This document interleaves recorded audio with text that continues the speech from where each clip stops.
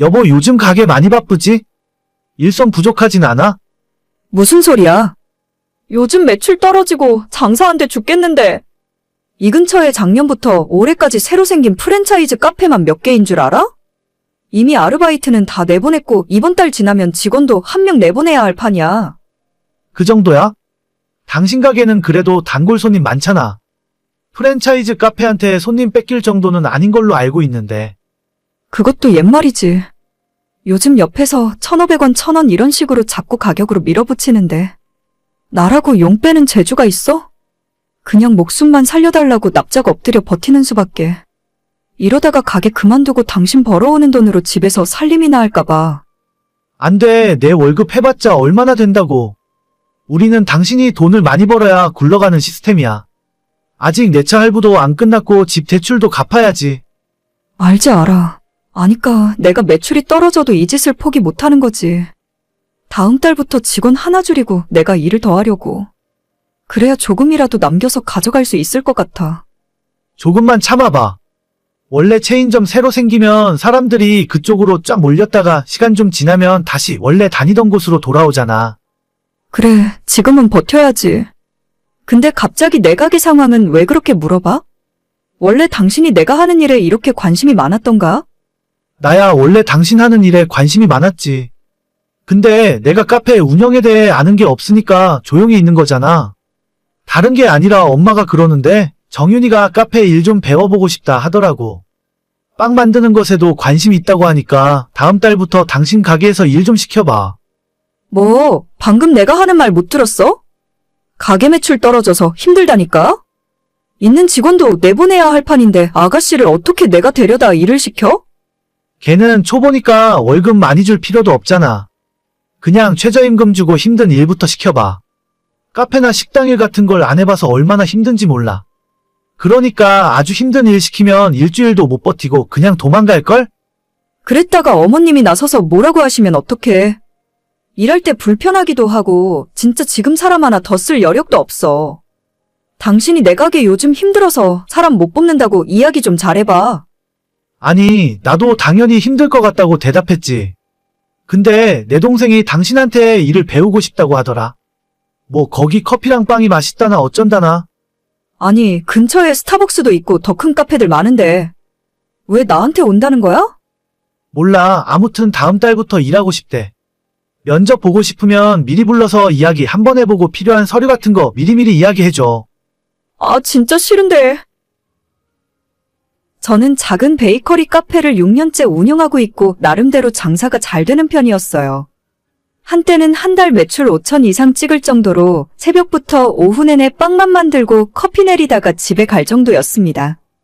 이 주변에 큰 경쟁자가 없기도 했고 제가 유학 생활하면서 취미로 배웠던 빵들이 사람들에게 반응이 꽤 좋았어요. 그런데 바로 작년 초부터 근처에 커다란 프랜차이즈 카페가 생기기 시작하고 그 뒤로 매출이 절반 이하로 떨어지게 되었습니다. 많던 아르바이트생들과 직원들을 줄여가며 버틸 수밖에 없었어요. 그나마 몇 달 전부터 줄어든 매출이 다시 오르기 시작했는데 아직도 많이 힘든 상황입니다. 이 와중에 신우까지 우리 가게에서 일을 하고 싶다 하는 바람에 스트레스가 이만저만이 아니었죠. 정윤이는 일 잘하고 있어? 엄마가 그러는데 요즘 집에 오면 피곤해서 바로 골아떨어진다더라.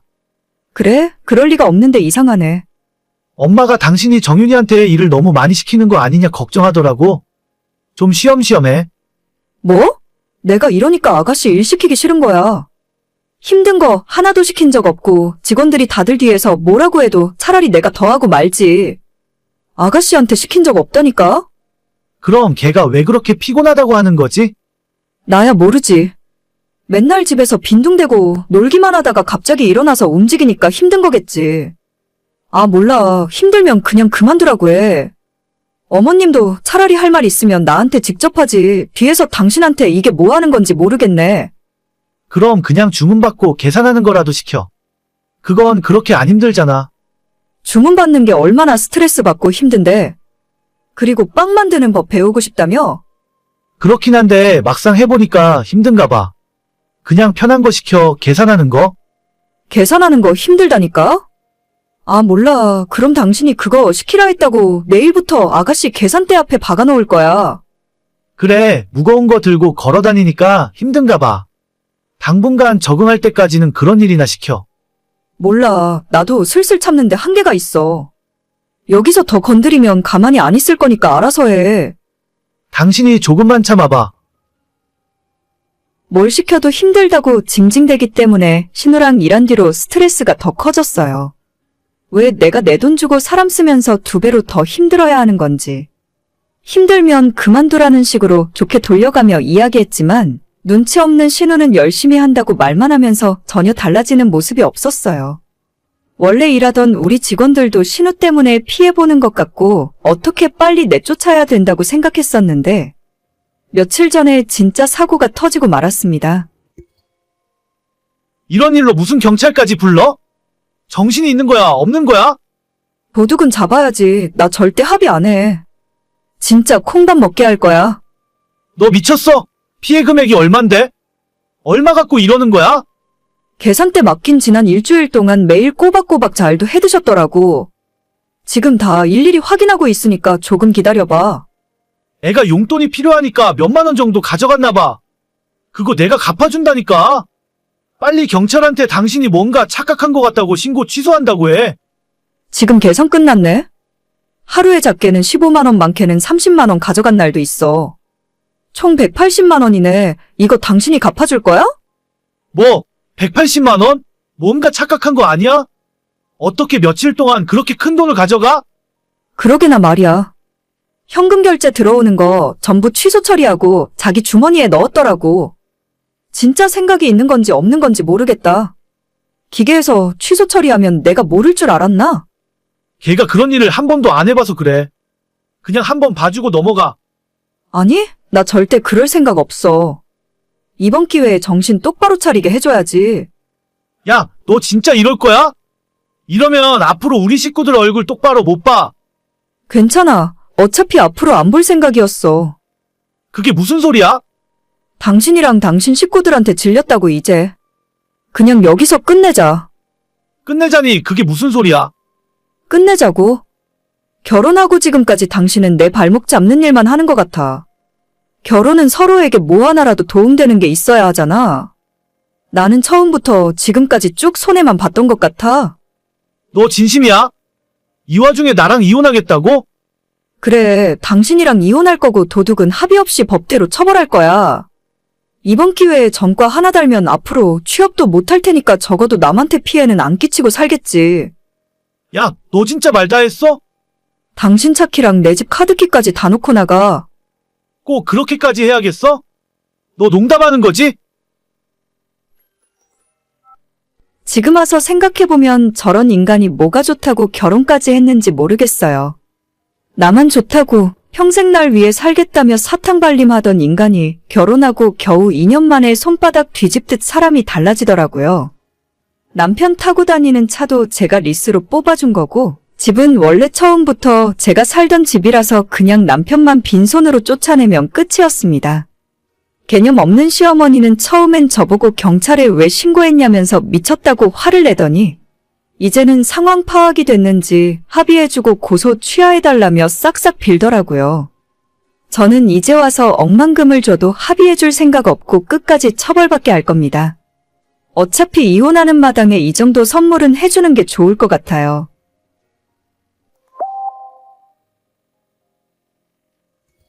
여보, 지금 어디야? 집에 있는 거 맞지?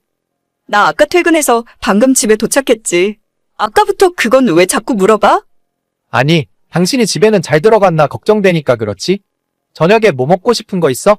야근 끝나고 가면서 사갈게. 아니야. 당신 늦게 오는데 먹긴 뭘 먹어? 당신이나 저녁 잘 챙겨 먹고 야근해. 그래요. 내가 맨날 바빠서 진짜 미안하다. 결혼하면 당신한테 잘해준다고 그랬는데. 그런 소리를 이제 와서 뭐하러 해? 빨리 들어오기나 하세요. 알겠어. 막차 끊기기 전에 집에 들어갈게. 저는 결혼 3년 차 31살의 여자입니다. 남편은 결혼하기 전부터 저를 좋다고 따라다니던 사람이었고 당시에 남편에게 큰 관심이 없었지만 2년 가까이 연애 한번 하자고 따라다니는 당시의 남편에게 마음을 열어주었어요. 사실 남편의 외모가 키도 좀 작은 편에 전체적으로 제가 좋아하는 스타일은 아니었지만 이 남자라면 평생 바람 피울 걱정은 없이 살 것 같더라고요. 남편을 만나기 전에 사귀던 사람이 제 친구와 바람을 피우면서 친구도 잃고 남자도 잃고 당시에 너무 힘들고 슬펐던 기억이 있습니다. 그렇게 저를 좋다고 따라다니던 남편과 연애를 시작했고 정말 처음부터 끝까지 헌신적으로 제게 잘해주었어요. 연애 2년 만에 결혼까지 하게 되었고 지금까지 3년째 별 이상 없이 잘 지내고 있었습니다. 남들보다 키가 좀 작아도 상관없었고 외모가 별로여도 괜찮았어요. 작은 중소기업에서 만년 대리로 일을 하고 있었지만 돈을 많이 벌어다 주지 못해도 어차피 맞벌이를 하니까 먹고 사는 데는 문제 없었습니다. 남편에게 크게 바라는 점도 없고 안정된 생활에 만족하며 지냈어요. 결혼 3년 차에 아이가 없는 것이 좀 아쉬웠지만 조금 천천히 우리가 지금보다 여유가 생겼을 때 아이를 갖기로 하고 둘만의 시간을 즐기면서 살았었죠. 결혼 전에도 대리였고 결혼 후에도 계속 대리해서 진급이 되지 않던 남편은 올해 들어서 갑자기 회사 일로 바빠지기 시작했습니다. 남편 부서에 같이 일하던 과장이 회사를 그만두면서 할 일이 많아졌고 이때 열심히 하면 진급할 수 있겠다면서 일도 열심히 하더라고요. 하지만 그만뒀다는 과장이 유능한 사람이었는지 어쨌는지는 몰라도 하루가 멀다 하고 야근을 하고 매일 늦게 들어오는 날이 반복되었습니다. 여보, 나 오늘도 좀 많이 늦을 것 같은데. 기다리지 말고 일찍 자요.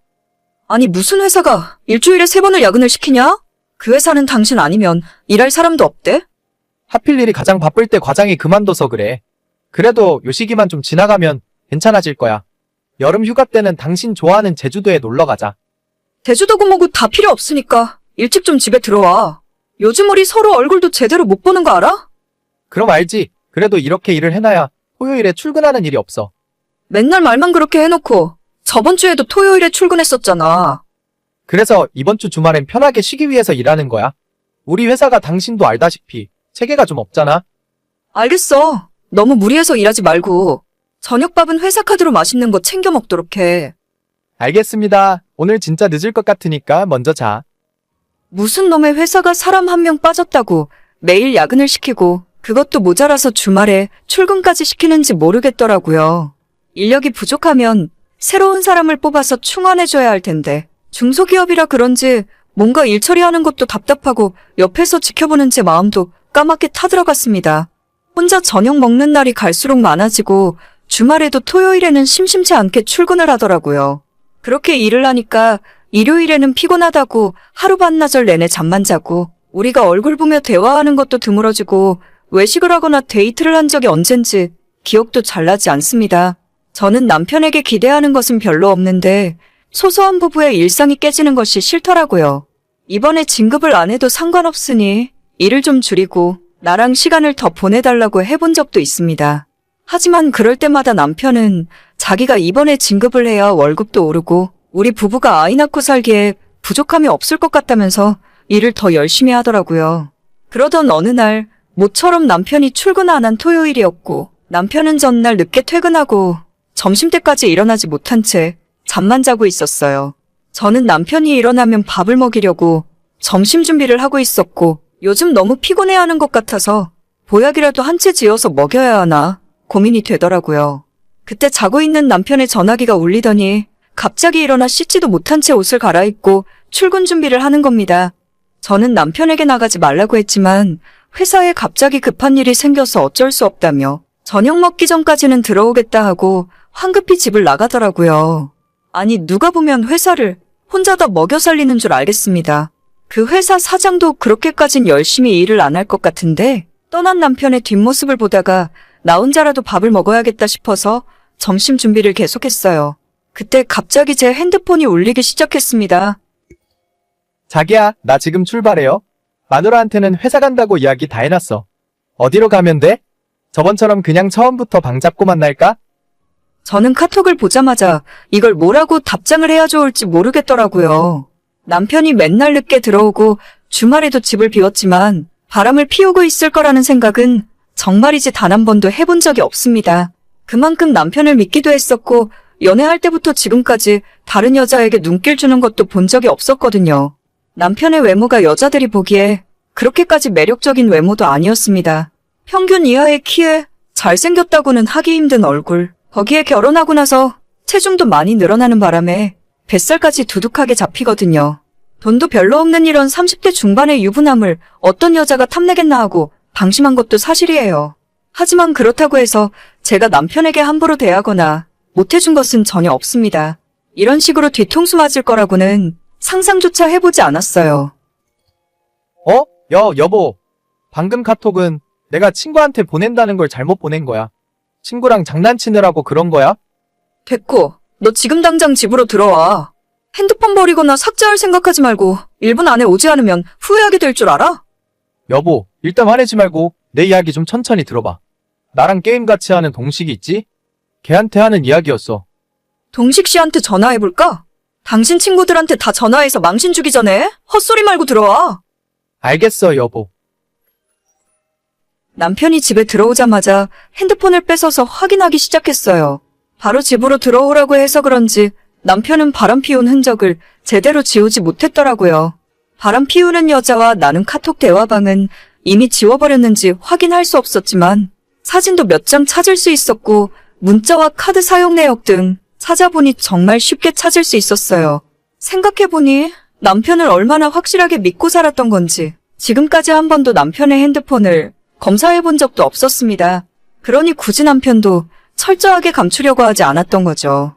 최종 결정타로 숙박업소 이용 내역을 찾자마자 저는 더 이상 남편을 믿을 수도 없었고 이 결혼을 계속할 어떤 이유도 없었습니다. 정말 여자한테 인기라고는 전혀 없을 줄 알았는데 회사 부하 직원이랑 바람이 났더라고요.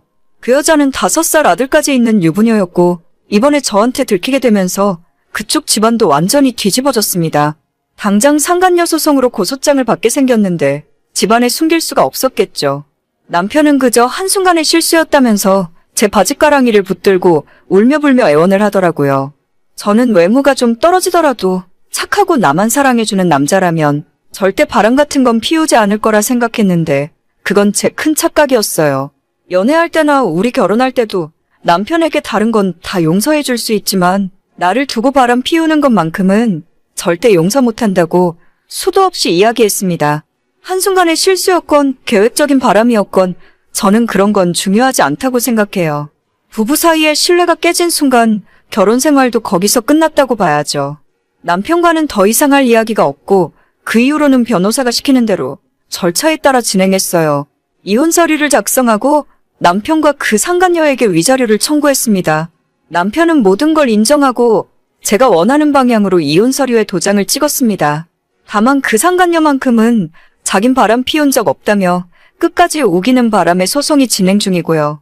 그 소송 결과에 따라서 그쪽 가정도 깨지느냐 마느냐가 결정될 것 같네요.